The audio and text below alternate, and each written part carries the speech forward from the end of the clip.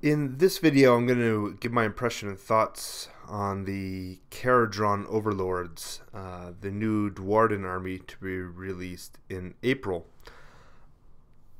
If the Stormcasts have been called the C-3POs of AOS, then surely these guys are the R2-D2s.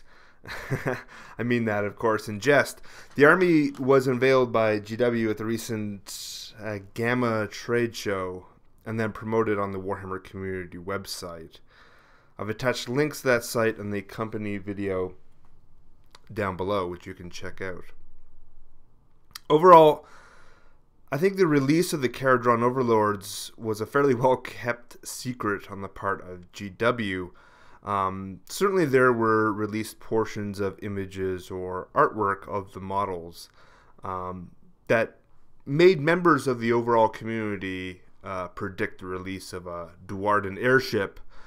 But overall, the Kharadron Overlords are a completely new faction that I haven't been super in touch with the rumors as of late, but I certainly didn't see it really coming. Reaction to the army could be considered mixed, but it does seem to have been well received. There are, of course, exceptions, and you can watch Doom and Darkness's video for a counter perspective, which I'll link down below. If you don't like the aesthetic of the Kharadron Overlords, that's okay. I mean, after all, with so many different armies and factions throughout the years, I'm sure there are a few existing armies that you probably didn't like anyway, and I suspect that the divide is largely between those that are embracing AOS and those that still yearn for the age of old Warhammer Fantasy. And I think in general there are a few people like myself that seem to just like any and all factions. Most people have their favorites and the ones they dislike. So if this is a faction you just don't like, that's fine. I mean, there's probably others as well. So before I give my impression on the faction in earnest, I'll read the official press release statement so that you can find the link provided. This is from the Warhammer community page. So, and I quote, "From the skies come the airborne armadas of the Kharadron Overlords, sky fleets of ironclad warriors aboard fantastical machines of war armed with powerful etheric weapons. They are proud people and masters of strange alchemical powers. Guided by their Kharadron code and long hidden from the rampaging forces of the Dark Gods, they did not merely survive the Age of Chaos, they thrived. This new Dwarden faction is a force unlike any you have seen before. These are not the descendants of Grungi who hide in their mountain holds or fled to Azir, and neither are they the firebrand berserkers of the lodges that worship the fractured god Grimnir. The Kharadrons have become a race unto themselves, separated from their kin through the centuries. You won't see a single scrap of flesh on them. Every inch of their bodies is clad in armor or complex suits, so as to protect them from the harsh environments found in the magic-infused skies of the mortal realms. Their weapons are powered by strange chemical processes. I think that's kind of an important point. And their airships, while bearing some similarities to the gyrocopters of their ancestors, are clearly powered by a far more powerful and possibly arcane mechanism." End quote. So, in general, they are very, quote-unquote, steampunkish, I guess. The first thing I want to discuss is basically that type of aesthetic of the army. A simple definition of steampunk is a genre of science fiction that has a historical context and typically features steam-powered machinery rather than advanced technology. Of course, there's a little bit more to that. And my point when it comes to the steampunk aesthetic, if you don't particularly like it, again, that's perfectly fine. The steampunk aesthetic has always existed in Warhammer. From the Skaven and Empire, for instance. Yeah, the steam tank and the rattling guns and so on and so forth. These have always existed, and they always had, either they were powered by steam, in exactly according to the definition of steampunk, or they're powered by some other arcane weaponry or power source, as in the warp stone for the Skaven. Now, the warp stone is basically just rocks that have come down from the moon, right? So, I mean, they're pretty far-fetched ideas. Even one of the favorite kits I used to have from the Empire is the engineer on the mechanical steed. That's extremely steampunkish, and I've always liked that. But I don't necessarily want that in every single faction. There's lots of factions that don't have any technology that I've always enjoyed. But I don't think the Overlord's aesthetic is completely outside what we've seen in Age of Sigmar. In the Realmgate Wars books, for instance, there are Skaven operating huge drilling machines. And I don't think those are much more different than airships.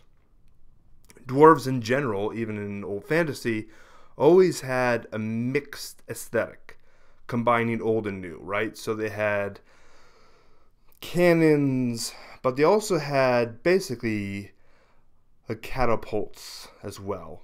And you get the more bizarre contraptions during the Storm Chaos era, such as the Goblin Axe Hewer. So they've always been half steampunkish, half traditionalist. Pushing the boundaries with the Overlords is probably happening to some extent, because AOS is definitely more outlandish. But I don't think the weapons powered by a magic-infused process is much different than powered by stone that has come from the moon, that has warp infused within it. And I think that there's some potential here, obviously, to give the Duardan armies a little bit more ability to move across the table. They needed this type of vehicles or infantry that have that capacity. Do I personally like the steampunk aesthetic, or do I like the Overlord's aesthetic? I don't really have a strong opinion either way. But it does make me wonder what AOS will look like in a few years' time. Keep in mind that these models were likely designed and produced long before AOS even launched. So there are other things coming down the pipeline that we need to kind of consider, right? Is this what the armies will look like in the future? I will say that the more I look at the armies, the more I like the release. Now, the other thing I want to discuss is how this relates to the traditional Duardan. A few years back, when they released Ironbreakers and Hammerers and Iron Drakes, they're not the same as the Overlords, but they definitely have a connection. You can see where those releases were a transition away from the older, mailed horned helmets and traditional weapons into something a little bit more outlandish, more armored dwarves, completely encased in armor, and now you have the Overlords, which are completely encased in armor. I've never been too enthralled with the dwarven races. I know some people love them. I'm perfectly okay with the passion of other gamers. For me, I'm someone that collects or has collected most, if not all, of the fantasy armies over the years, and I would have to say that the old army of the dwarfs during fantasy were actually one of the last armies I ever collected. It never, it's something I always wanted to collect, but it never got me as interested or as passionate about it. But we do know through artwork that the Ironbreakers and the Gyrocopters have a place in the mortal realms. There's no doubt those aren't being phased out or something like that. But the Kharadrons are a step away from the traditional dwarves. Many of us within the YouTuber community have discussed the so-called dangler factions of AOS, but basically these are armies with unique keywords that don't seem to have a place for them, right? And there are dozens of factions in AOS in comparison to what were a much smaller number of armies during Warhammer Fantasy. And of course that makes many of us, including myself, wonder, will these be supported? I mean, there's no way that each is going to get their own army book, seemingly. There's just way too many. But so are the traditional Duardan going to get any support anytime soon. Certainly there do seem now to be 2 or 3 different types of Duardin. Now, on the one hand, it makes perfect sense from GW's perspective to come out with new armies and new kits, because those obviously produce or make a lot more money, as opposed to the existing kits, which probably most of the people that like those kits have already bought them years ago. I have mixed feelings on this front, though, because I've always enjoyed the fantasy armies, but I can also recognize that AOS is its own game, and it obviously has its own feel and aesthetic going forward.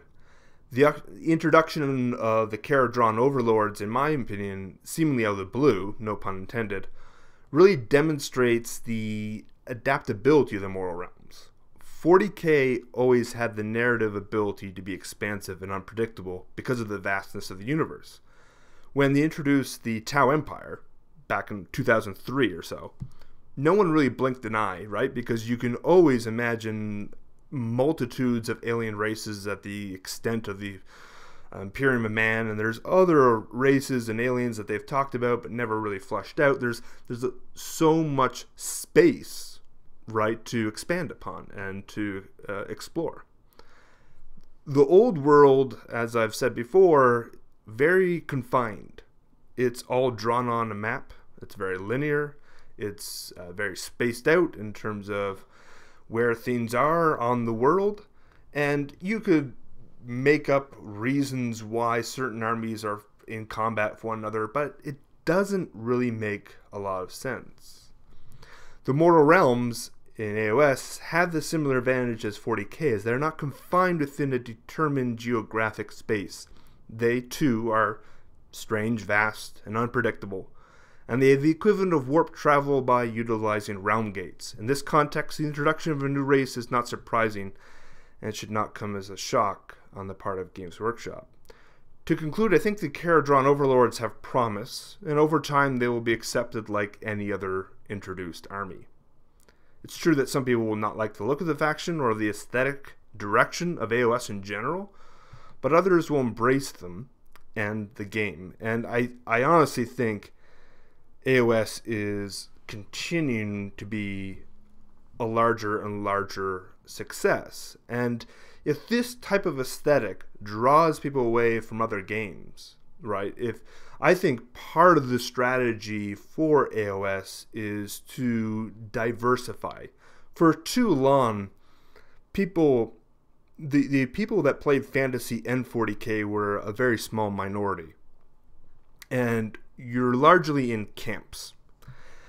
You're fantasy players and you don't like the 40k crowd, and you play 40k and you have no interest in fantasy. I see a lot of 40k players coming over and trying AOS. I see a lot of talk on podcasts for 40k that are talking about AOS. I've listened to a lot of podcasts for AOS that are now talking about 40k.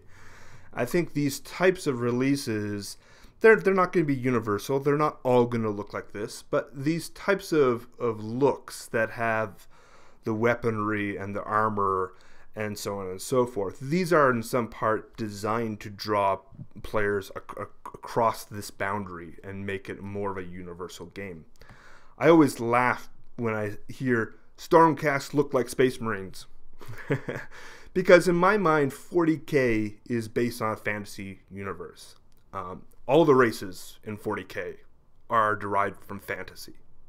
And Space Marines look the way they do because they're based aesthetically on medieval knights. So the fact that Stormcast look like Space Marines, I'm not really too concerned, because Space Marines look like, knights for the most part. There's obviously a little bit of a artistic license, but for the most part. So in conclusion, with the Kharadron Overlords, in the long run, overall, I think they'll fit nicely with the other races in the Mortal Realms. As I said, the more I look at the release, actually the more I like them. They have this unique look. It's something we've never seen before. It would apply in terms of how the Duardin operate on the table will be completely different from anything we've ever experienced with them before. And I think it bodes well for AOS developing its own look.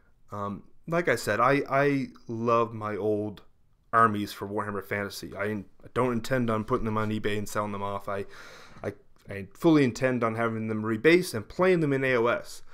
But I kind of at this point accept that they, my high elf army will not likely mesh completely well with whatever brand of elves are going to come from the realm of light, right, or heavens, or what have you. That they are going to look slightly different, and they're going to be a little bit out of place. I'm someone that collects models, so I don't have a problem with that. I've been in this hobby a long time. I've seen a lot of transitions, and I think that that's perfectly fine. It's just something that happens. You can't keep producing kits that look just like every other kit. Games Workshop makes its money by producing new and different things and pushing brand new product. So those are my thoughts on the Kharadron Overlord. A little bit late because I was sick last week. Now I have some time though to kind of stew that over and think about them, and I think they're a pretty cool army overall. I don't want to see the steampunk aesthetic across every single army. I don't see any indication that that's going to be the case. This would be a one-off, maybe even an extreme example of that. It's fine. Thanks for listening, guys. Have a good one.